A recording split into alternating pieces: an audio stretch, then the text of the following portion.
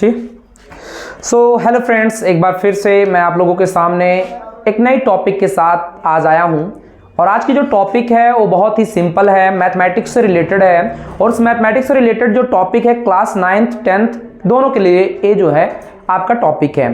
तो आज की जो टॉपिक है वो हमारी पॉलिनोमियल्स है।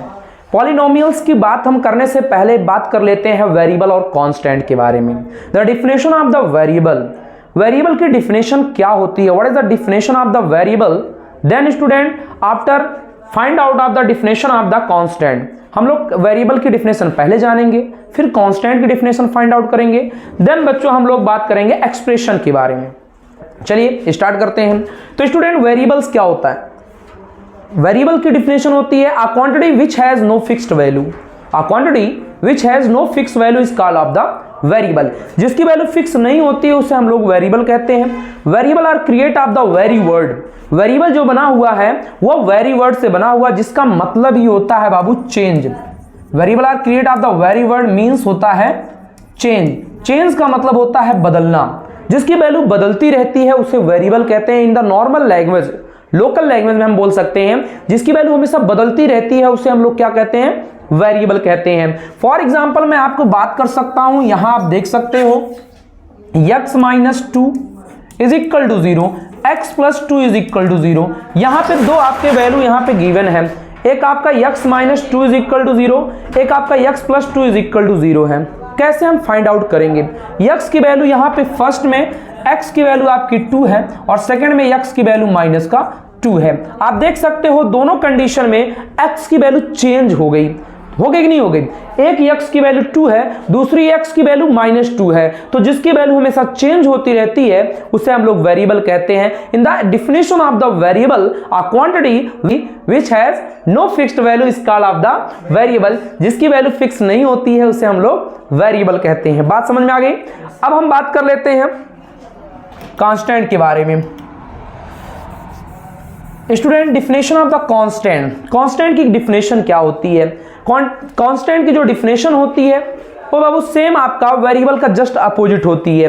उसमें हम लोगों ने जिसकी वैल्यू फिक्स नहीं होती थी बोले थे, इसमें हम बोलेंगे जिसकी वैल्यू फिक्स होती है। A quantity which has the fixed value, जिसकी वैल्यू फिक्स्ड होती है उसे हम लोग क्या कहते हैं? आपका कांस्टेंट कहते हैं। जैसे कि आपका नंबर हो गया 1 2 3 4 5 6 डॉट डॉट डॉट इनफाइनाइट तक, ये आपके क्या हो गए? कांस्टेंट हो गए। बात समझ में आ गई?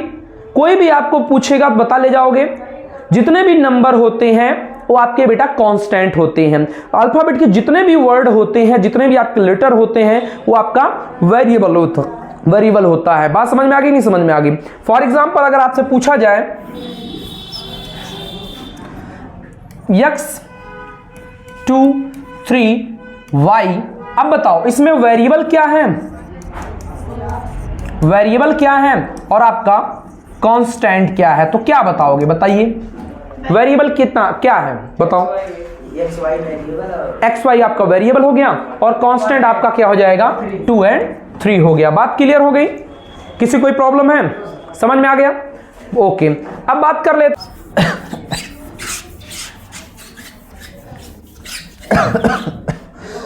अब बच्चों हम बात कर लेते हैं एक्सप्रेशन की क्या होता है। The definition of the expression, what is the expression? Expression की डिफिनेशन क्या होती है?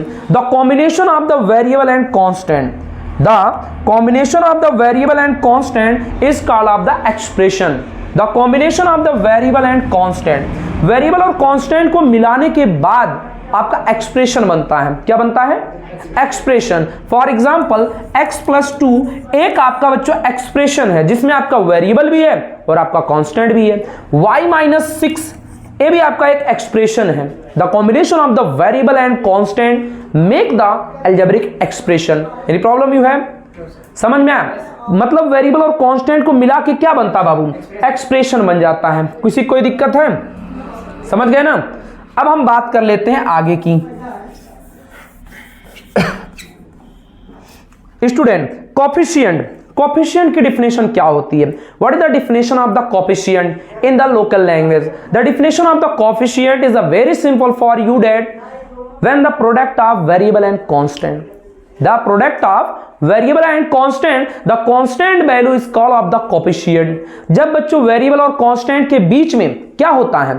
प्रोडक्ट। प्रोडक्ट का मतलब मल्टीप्लीकेशन। प्रोडक्ट का मतलब क्या होता है? मल्टीप्लीकेशन होता है। तो वहां पे बच्चों जो कांस्टेंट वैल्यू होती है वही आपका क्या हो जाता है?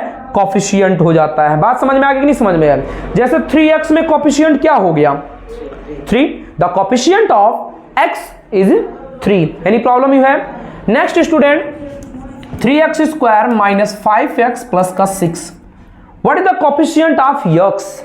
x का कोफिशिएंट क्या है आप बता दो। हाँ, नो बेटा, कंसंट्रेट देखो। हाँ बताइए। No, it is a wrong. The coefficient of x is -5। Always one thing remember that x and x square are different. x और x स्क्वायर डिफरेंट होते हैं।